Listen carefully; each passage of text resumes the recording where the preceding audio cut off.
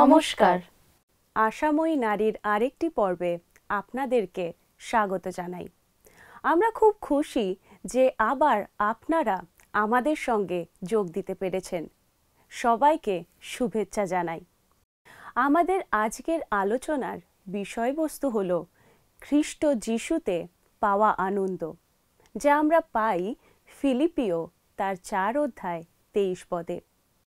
Paul এই কথা দিয়ে অধ্যায়টি শেষ করেছিলেন, প্রভু যীশু খ্রিস্টের অনুগ্রহ তোমাদের আত্মার সহবর্তী হোক। ফিলিপিও হচ্ছে এমন একটি পত্র যা মূলত আনন্দের কথা বলে। এটা হয়তো অদ্ভুত শুনতে লাগবে, কারণ পৌল এই পত্রটি লেখেন যখন তিনি কারাবদ্ধ ছিলেন। সেই সময়ও তিনি আনন্দপূর্ণ হয়েছিলেন। তিনি খুব ভালোভাবে জানতেন যে তার এই অবস্থা ক্ষণস্থায়ী, আর খ্রিস্টে পাওয়া আনন্দ অনন্তকাল স্থায়ী। অনুগ্রহ হচ্ছে একটি শক্তিশালী এবং জীবন পরিবর্তনকারী শব্দ। ঈশ্বর শব্দের পাশাপাশি অনুগ্রহ শব্দের থেকে বেশি গুরুত্বপূর্ণ কোনো শব্দ নেই, যা মানুষের মনে আসতে পারে। ঈশ্বরের অনুগ্রহ হচ্ছে এটাই যে আমরা নিজেরা যা করতে পারিনি সেই কাজ তিনি তার পুত্রকে জগতে প্রেরণ করে তার মাধ্যমে করেছেন। আর সেই কাজ হলো যে আমাদের মতো পাপীরা যারা তার কাছ থেকে বিচ্ছিন্ন হয়ে আছি, তাদের পরিবর্তন করে খ্রিস্টের মতো হতে, আর তার সঙ্গে অনন্তকাল বাস করার ক্ষমতা দেওয়া। অনুগ্রহ এমন কিছু নয় যা আমাদের প্রাপ্য, কিন্তু আমাদের পরিবর্তন করতে ঈশ্বর এটা ব্যবহার করেন। প্রভুর অনুগ্রহই আমাদের আবদ্ধ করে রাখে, যাতে আমরা সম্পূর্ণরূপে জীবনযাপন করতে পারি। হ্যাঁ, খ্রিস্টের আত্মা যখন আমাদের অন্তরে বাস করেন তখন আমরা আনন্দ করতে পারি, কারণ আমাদের অবস্থা মন্দ হলেও তিনি আমাদের জীবনের সম্পূর্ণতা দান করেন। যে অনুগ্রহ আর ক্ষমা যিশুতে পাওয়া যায় সেটা আমাদের কাছে আছে, এবং তিনি যে আমাদের জীবন দান করেছেন সেটা জানতে পবিত্র আত্মা আমাদের সাহায্য করেন। সঠিক কথা বলেছ। পুরাতন নিয়ম আমাদের বলে যে সদাপ্রভুতে যে আনন্দ তাহাই তোমাদের শক্তি, এবং নতুন নিয়ম বলে তোমরা প্রভুতে সর্বদা আনন্দ করো। সাধারণত অভিধানে আনন্দ কথাটির অর্থ লেখা আছে সুখ, আর তাই আমরা ভেবে নিই যে আনন্দ হচ্ছে সুখ। কিন্তু আত্মিক প্রেক্ষাপটে আনন্দের অর্থ অনেক বেশি গভীর। আনন্দ আর সুখের মধ্যে কি তফাৎ? আমরা একবার 2 করিন্থীয় 7 অধ্যায় 4 পদ লক্ষ্য করি, যেখানে পৌল দাবি করেছেন যে ক্লেশের মধ্যেও তার আনন্দ আছে। পদটিতে লেখা আছে, আমাদের সমস্ত ক্লেশের মধ্যে আমি সান্ত্বনাতে পরিপূর্ণ, আমি আনন্দে উথুলিয়া পড়িতেছি। কষ্টের মধ্যে দিয়ে যাচ্ছেন এমন একজনের পক্ষে এমন কথা বলা সত্যিকারে খুব কঠিন। আমাদের বুঝতে হবে যে আনন্দ আর সুখ এক নয়। সুখ হলো পরিস্থিতির উপর ভিত্তি করে একটা অনুভূতি। এটা কখনোই সম্ভব নয় যখন সব কিছু ঠিক চলে। অপরদিকে আনন্দ হলো খুশি, আহ্লাদ, প্রসন্নতা এবং মঙ্গলের গভীর অনুভূতি, যা যে কোনো পরিস্থিতিতে আমরা অনুভব করতে পারি।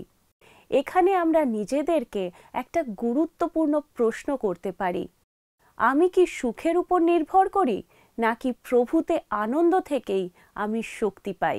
আমি কিভাবে সর্বদা প্রভুতে আনন্দ করতে পারি? ভালো প্রশ্ন। ফিলিপিও 4 অধ্যায় 4 পদে পৌল কি বলেছেন একবার লক্ষ্য করি। তোমরা প্রভুতে সর্বদা আনন্দ করো, পুনরায় বলিব আনন্দ করো। যে আনন্দের কথা এখানে উল্লেখ করা হয়েছে সেটা বিশেষ কোনো সময়ে পাওয়া যায় না। বিশ্বাসীকে সর্বক্ষণ আনন্দ করতে আদেশ করা হয়েছে, কারণ এটি আমাদের জন্য খ্রিস্টে ঈশ্বরের ইচ্ছা। পৌল এখানে যা বলতে চেয়েছেন সেটা হলো যে আমরা সব সময় আনন্দ করব, এমনকি আমরা যদি দুঃখিত, আনন্দিত, ক্রুদ্ধ, বিভ্রান্ত, এমনকি ক্লান্তও হই তখনও।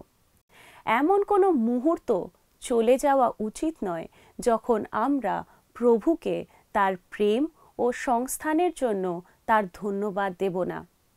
পৌল ফিলিপিয় মণ্ডলীর উদ্দেশ্যে বলেছেন যে পরিস্থিতিই হোক না কেন তিনি সবসময় আনন্দ করেন। পৌল এটা কিভাবে করতেন? শাস্ত্রের এই অংশে 6 পদ আমাদের বলে, কোনো বিষয়ে ভাবিত হইও না, কিন্তু সর্ববিষয়ে প্রার্থনা ও বিনতি দ্বারা ধন্যবাদ সহকারে তোমাদের যাচনা সকল ঈশ্বরকে জ্ঞাত করো। এই পদ আমাদেরকে বলে যে আমরা যখন প্রভুতে আনন্দ করব তখন আমাদের পরিস্থিতিতে আমরা শান্তি অনুভব করব আর আমাদের হৃদয় ও মনেও শান্তি পাব। কারণ আমরা জানি যে ঈশ্বর আমাদের বিনতি শুনেছেন, আমাদের প্রার্থনার উত্তর আমরা ঠিকই পাব। এমনকি আপনি যখন বহুদিন আপনার প্রার্থনার উত্তর পাওয়ার প্রতীক্ষায় থাকবেন তখনও আপনি কৃতজ্ঞ থাকতে পারেন, কারণ আপনি জানেন যে ঈশ্বর আপনার প্রার্থনা শুনেছেন আর তার উত্তর তিনি শীঘ্রই দেবেন। আনন্দ করার একটা পদ্ধতি হলো যে আপনি আপনার অতীত জীবনের দিকে তাকিয়ে দেখুন যখন ঈশ্বর আপনার প্রয়োজন মিটিয়েছিলেন। এটা আপনাকে তার বিশ্বস্ততাকে স্মরণ করাবে। আপনি যখন ঈশ্বরের মঙ্গলভাবের প্রশংসা করবেন তখন যতবার তার উপস্থিতিতে যাবেন ততবার আনন্দে আপনার হৃদয় পূর্ণ হয়ে যাবে।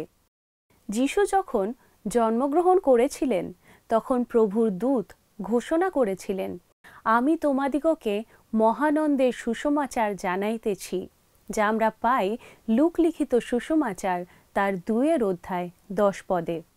যারা যিশুকে পেয়েছেন মেষপালকদের সঙ্গে তারাও জানেন যে যিশু আনন্দ নিয়ে আসেন।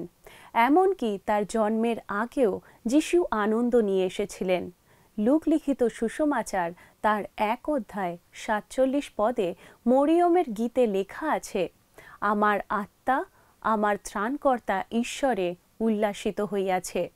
শিশুটি মায়ের জঠরে উল্লাসে নাচিয়া উঠেছিল। লূক তার 1 অধ্যায় 44 পদে আমরা পাই। তার ঐশ্বরিক উৎপত্তি হওয়ার কারণে প্রভুতে আনন্দ জীবনের পরীক্ষার মধ্যেও উপস্থিত থাকে। আর ঠিক সেই কারণেই যে কোনো পরিস্থিতিতে পৌল আনন্দ করতেন।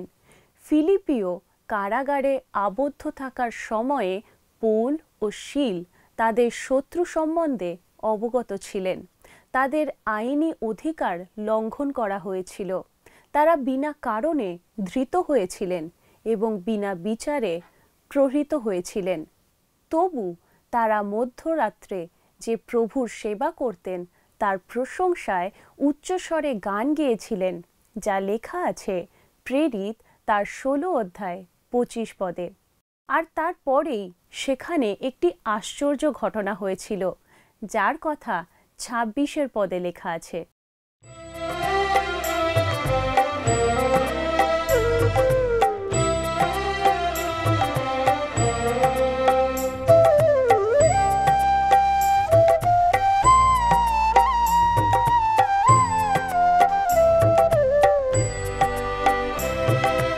যে নাম মনে নিলে পাপ ধুয়ে যায়, যে নাম মনে নিলে পাপ ধুয়ে যায়, সে নাম মুখে এলে তার কিসে ভয়। যিশু নাম, যিশু নাম, যিশু নাম, যিশু নাম, যে নাম মনে নিলে পাপ ধুয়ে যায়, সে নাম মুখে এলে তার কিসে ভয়। যিশু নাম, যিশু নাম, যিশু নাম, যিশু নাম।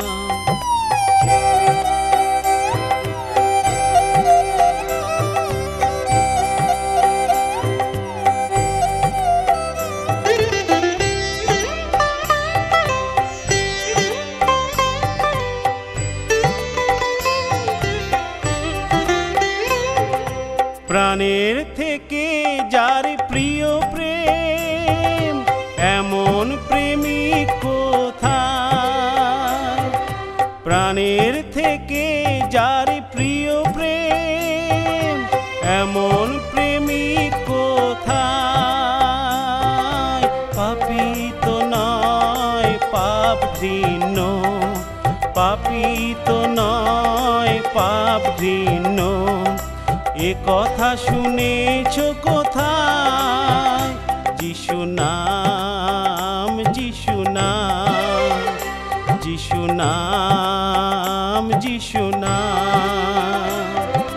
যে নাম মনে নিলে পাপ ধুয়ে যায়, সে নাম মুখে এলে তার কিসে ভয়? যিশু নাম, যিশু নাম, যিশু নাম, যিশু নাম।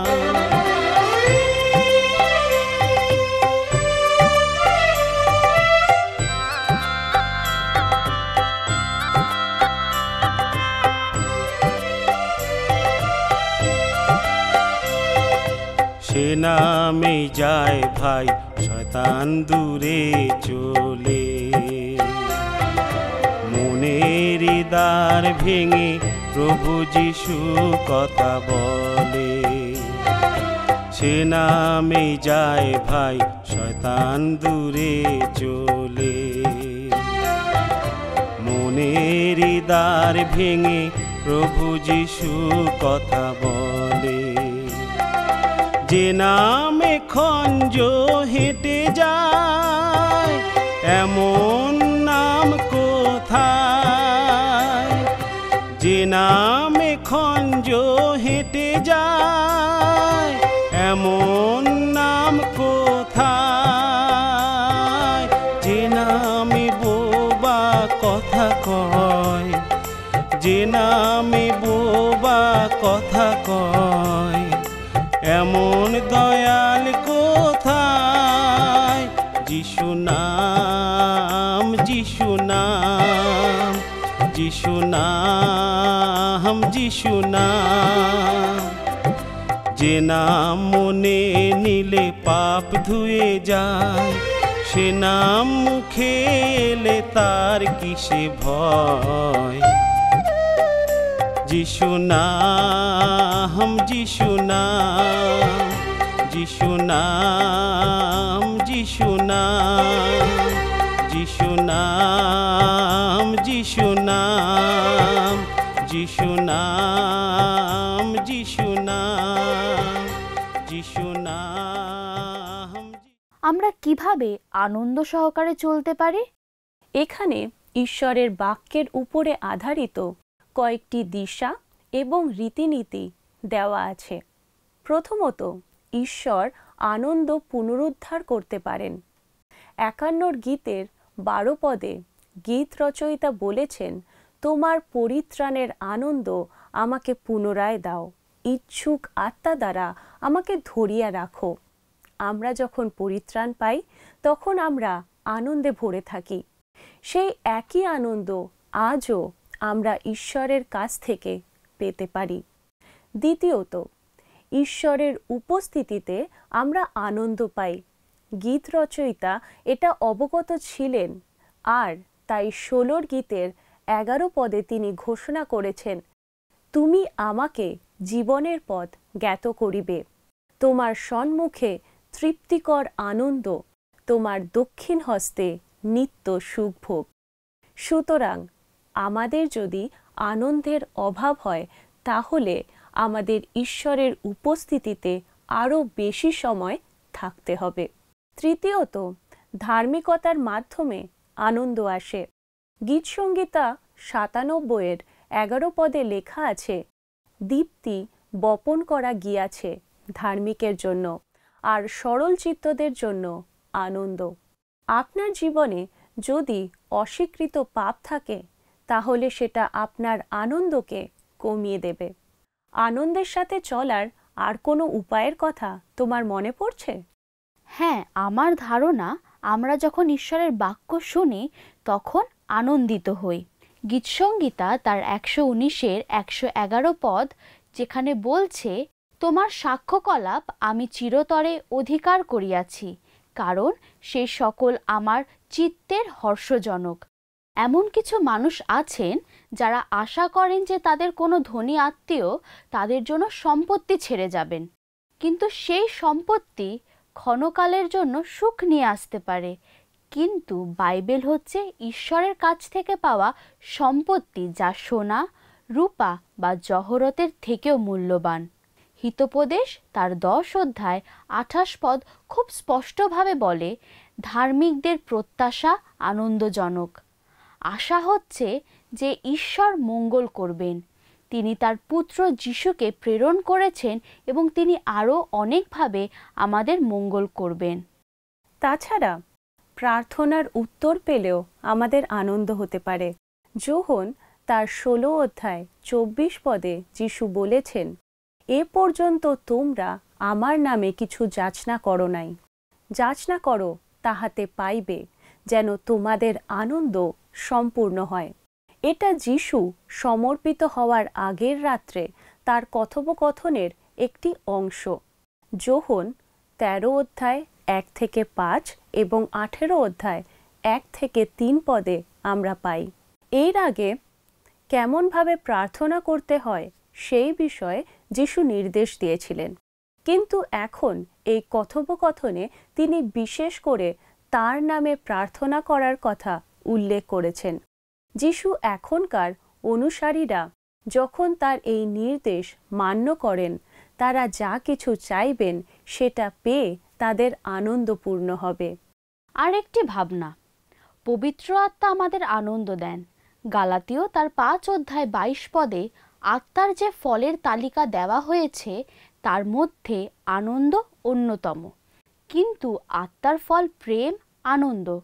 যদি পবিত্র আত্মা আপনার আত্মায় জীবন সৃষ্টি না করেন, তাহলে কিছু একটা সেটাকে বাধা দিয়ে রেখেছে, আর সেটা সরিয়ে ফেলতে হবে। আর সেটা যখন করা হবে, তখন আপনার হৃদয় আনন্দে ভরে উঠবে। পরিশেষে প্রভুর উপর নির্ভরতা আনন্দ নিয়ে আসে। গীত রচয়িতা গীতসংগীতা 40-এর 4 পদে এই সত্যটি পুনরাবৃত্তি করে বলেছেন, ধন্য সেই জন যে সদাপ্রভুকে আপন বিশ্বাসভূমি করে এবং তাহাদের দিকে না ফিরে, যাহারা অহংকারী ও মিথ্যা পথে ভ্রমণ করে। জীবন্ত ও প্রেমময় ঈশ্বরের উপরে আমাদের নির্ভরতা আনন্দ নিয়ে আসে, কারণ তার শক্তি আমাদের চিন্তার বাইরে। আমরা আনন্দে কিভাবে চলতে পারি সেটা ঈশ্বরের বাক্য থেকে শিখতে কি অসাধারণ লাগলো। আমরা আনন্দ কোথায় খুঁজে পাব? মানুষ অকল্পনীয়ভাবে আনন্দ খুঁজে পাওয়ার চেষ্টা করেছে। কেউ সফলতার পথে সেটা খুঁজে পেয়েছে, আবার কেউ পায়নি। হয়তো আনন্দ কোথায় কোথায় পাওয়া যায় না সেটা বলা অনেক সহজ হবে। যেখানে বিশ্বাস নেই সেখানে আনন্দ পাওয়া যায় না। টাকা পয়সায় আনন্দ পাওয়া যায় না। সাময়িক গৌরবে আনন্দ পাওয়া যায় না। তাহলে কোথায় সত্যিকারের আনন্দ পাব? এর উত্তর খুব সহজ, একমাত্র খ্রিস্টে। আনন্দ হচ্ছে পবিত্র আত্মার একটি ফল, কিন্তু আত্মার ফল প্রেম, আনন্দ, শান্তি, দীর্ঘ সহিষ্ণুতা, মাধুর্য, মঙ্গলভাব, বিশ্বস্ততা, মৃদুতা, ইন্দ্রিয় দমন, এই প্রকার গুণের বিরুদ্ধে ব্যবস্থা নাই, যা আমরা পাই গালাতীয় তার 5 অধ্যায় 22 থেকে 23 পদে। যে মানুষেরা যিশুকে জগতের প্রতিশ্রুত ত্রাণকর্তা আর পরিত্রাতা বলে স্বীকার করেছিলেন, তারা আনন্দে পূর্ণ হয়েছিলেন। যোহন তার 3 অধ্যায় 29 পদে তা লেখা আছে। আদিমণ্ডলীর যুগে যিশুর সুসমাচার যখন ছড়িয়ে পড়েছিল তখন আনন্দ হয়েছিল। এটি আমরা পাই প্রেরিত তার 8 অধ্যায় 8 পদে এবং প্রথম থিসলনিকীয় 1 অধ্যায় 6 পদে। মানুষ জীবনে আশা আর উদ্দেশ্য অন্বেষণ করে।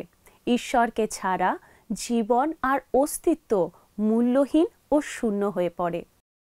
খ্রিস্টের প্রথম আগমনের আগে ঈশ্বর তার ভাওবাদীদের মাধ্যমে 400 বছরের বেশি সময় ধরে কোনো কথা বলেননি।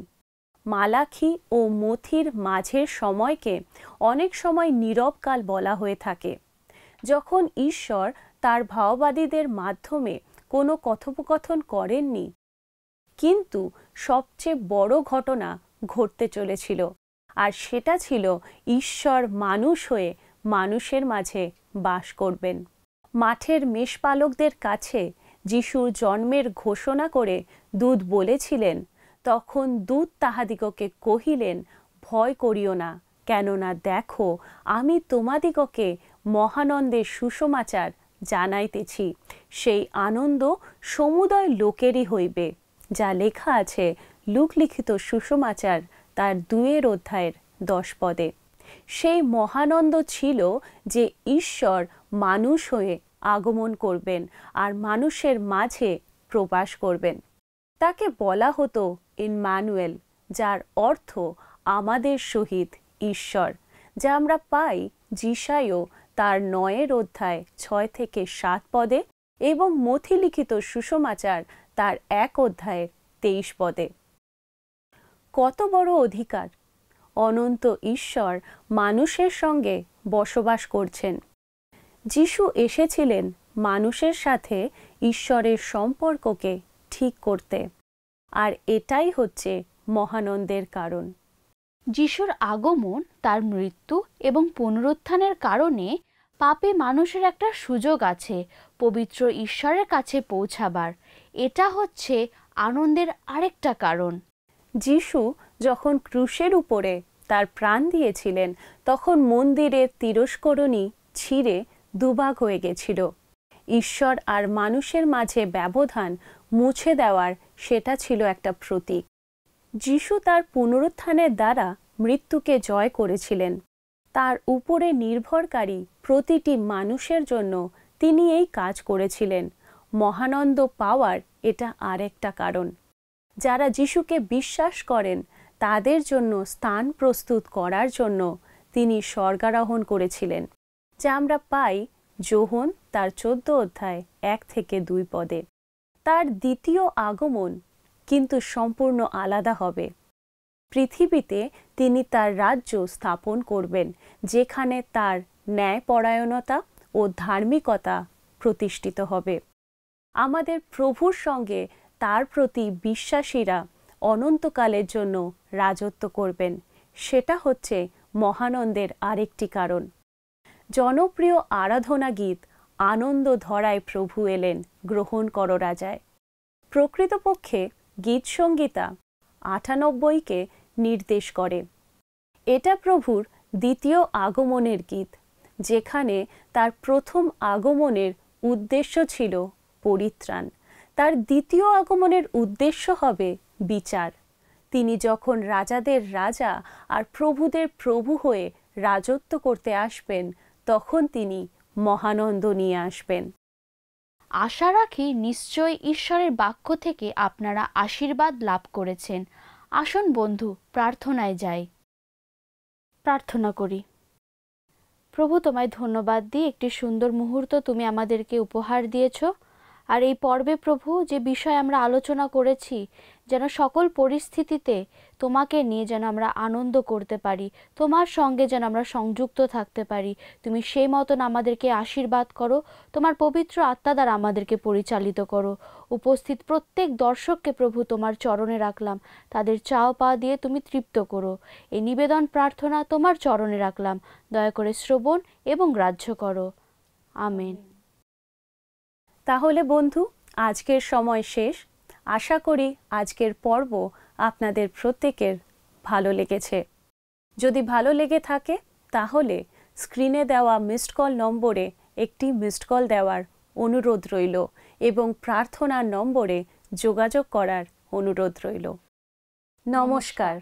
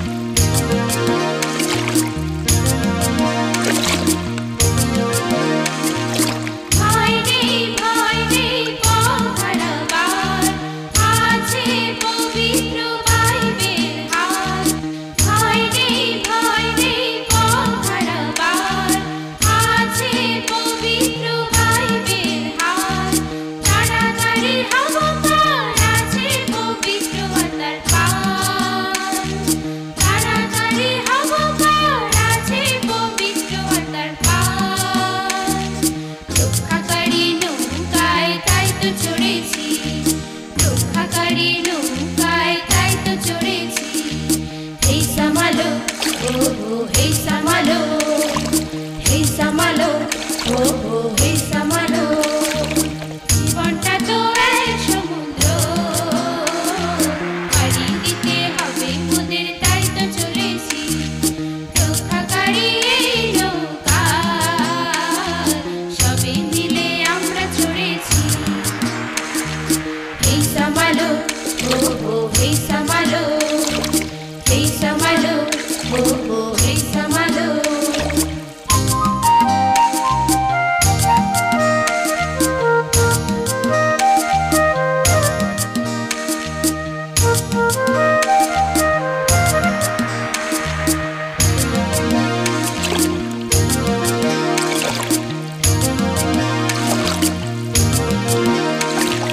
ঝড় তুফান যতই আসুক না দুঃখ কষ্ট কিংবা বেদনা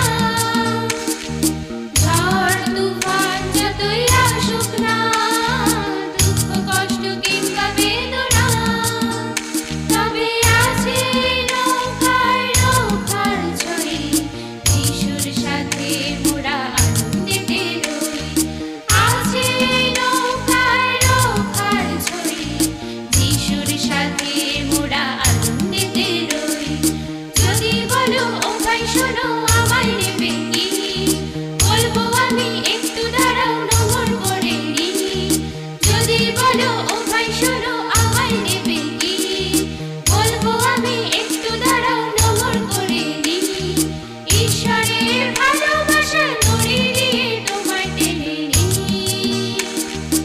ঈশ্বরের ভালোবাসা দড়ি দিয়ে তোমায় টেনে নি রক্ষাকারী নৌকায় ভয়টা তোমার কি রক্ষাকারী নৌকায় ভয়টা তোমার কি হে সামালো ও হো হে সামালো গত সপ্তাহের আমাদের বিজয়ী দর্শক বন্ধু হলেন রিঙ্কু ভুইয়া হাওড়া থেকে।